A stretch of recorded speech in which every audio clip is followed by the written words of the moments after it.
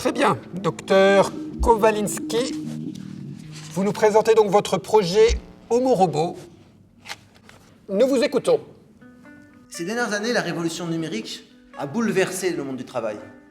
Cependant, certaines tâches, comme la conduite, restent encore impossibles à exécuter par un robot.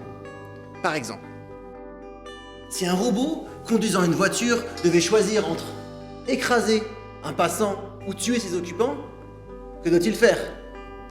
Dans notre projet Homo Robot, nous proposons de programmer l'inconscient humain afin qu'il réponde automatiquement à un ordinateur, et ceci sans que le conscient n'en soit importuné. Nous pourrons demander en une fraction de seconde à 1, 10, 100 inconscients d'humains la décision qu'un robot devra prendre. Qui écraser? Docteur Kowaliński, je vous arrête tout de suite. Même si vous nous amusez beaucoup avec vos histoires à dormir debout, éthiquement, il n'est pas acceptable de pénétrer l'inconscient d'un humain. Mais économisez votre salive. Projet suivant, merci.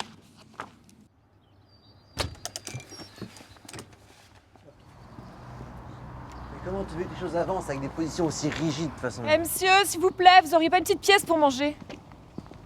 Oh toi là avec ton costard, t'as pas un petit ticket resto? Faut travailler pour manger. Ouais, bah, je préfère faire la manche qu'un travail de con. C'est ça, oui.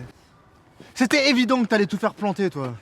Ouais, parce que programmer l'inconscient, excuse-moi, mais on nage un peu peut-être en pleine science-fiction, hein.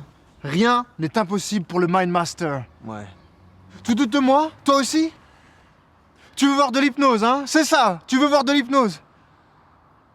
Et toi, là, la couche dehors? T'as toujours faim?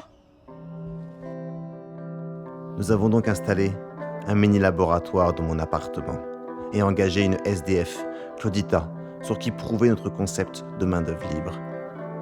Sous hypnose, nous programmons l'inconscient de Claudita afin qu'il communique à un robot une décision morale, humaine, comme choisir qui écraser. Puis, quand Claudita se réveille, nous la laissons reprendre possession d'une partie de son corps pour effectuer des tâches qui lui plaisent, comme la peinture, mais tout en conservant la connexion avec son inconscient.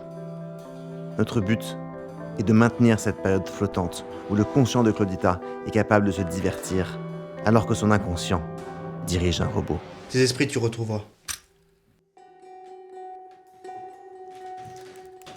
Trouve pas qu'on y va un peu fort avec Claudita quand même? Écoute, si ton artiste veut pas faire d'efforts pour qu'on prolonge la période flottante, il n'y a qu'une seule solution. Réessayer jusqu'à ce que ça marche. Et ça fait des semaines qu'on est dessus, on peut s'autoriser des pauses. Sinon, t'as avancé, toi? Parce qu'à part ton application pour attarder, t'as pas servi à grand chose, hein? Ah, ça mûrit, ça mûrit. Toujours le même temps. Ah, un robot avec une âme. Un robot piloté par notre inconscient.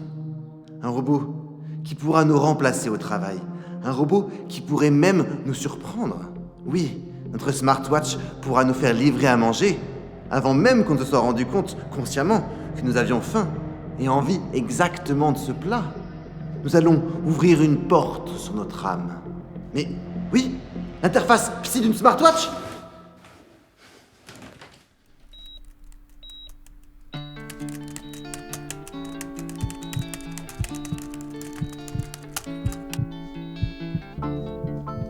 C'est bon, non?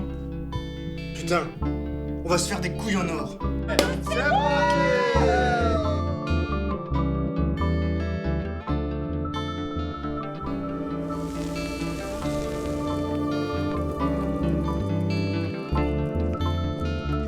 Mais madame, petite pièce pour manger. Faut travailler pour manger. Mais en France, smartwatch trop cher. Sans smartwatch, pas de travail. La liberté, c'est un prix. Allez, viens, Lilou. Viens, on s'en va.